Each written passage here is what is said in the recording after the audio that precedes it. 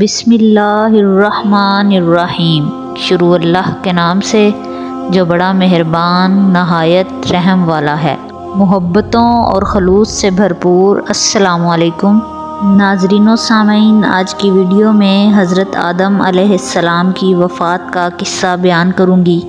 جب اللہ تعالیٰ نے حضرت آدم علیہ السلام کو پیدا فرمایا تو ان کی کمر پر دست قدرت پھیرا، جس سے قیامت تک آنے والی جمیع اولاد آدم ظاہر ہو گئی۔ پھر ساری نسل انسانی کو حضرت آدم علیہ السلام کے سامنے پیش کیا گیا۔ آپ علیہ السلام نے اس نسل انسانی میں ایک شخص کو دیکھا جو موتی کی طرح چمک رہا تھا۔ عرض کی، اے باری تعالیٰ، یہ کون ہے؟ اللہ نے فرمایا کہ یہ تیرا بیٹا داؤد علیہ السلام ہے۔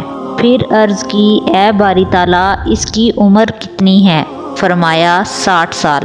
عرض کی، باری تعالیٰ، میری عمر میں سے ان کی عمر میں اضافہ کر کے 100 سال کر دیجئے۔ اللہ تعالیٰ نے ان کی خواہش کے مطابق حضرت داؤد علیہ السلام کی عمر میں اضافہ فرما کر اس پہ شہادت لے لی۔ جب حضرت آدم علیہ السلام کے وصال کا وقت قریب آیا تو اللہ تعالیٰ نے ملک الموت کو بھیجا کہ جاؤ آدم علیہ السلام کی روح قبض کر لو۔